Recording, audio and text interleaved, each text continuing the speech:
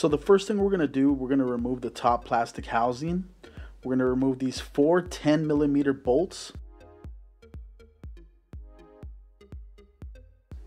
What I like to do is I like to put all my bolts at the top right hand corner, right underneath the windshield.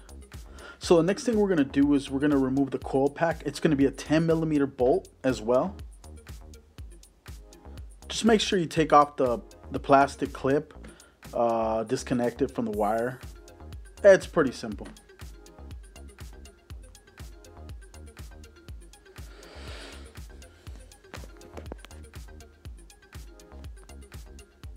So the next thing we're going to do is we're going to remove the coil pack. It's also going to be another 10mm socket. So just keep the same socket on.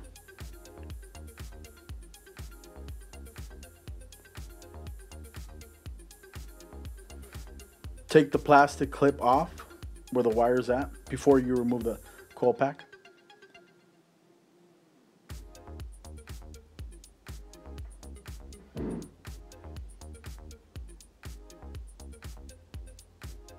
And each spark plug is going to be right tight, left loose.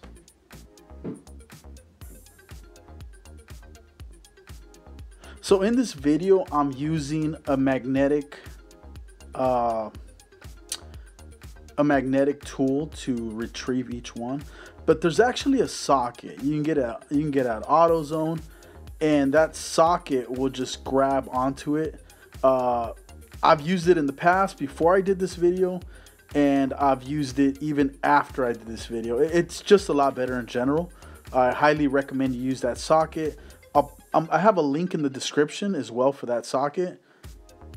It's probably better that you use that.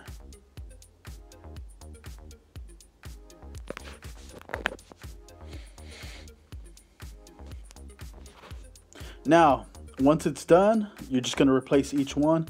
Do it in reverse. Don't forget to put your bolts back on.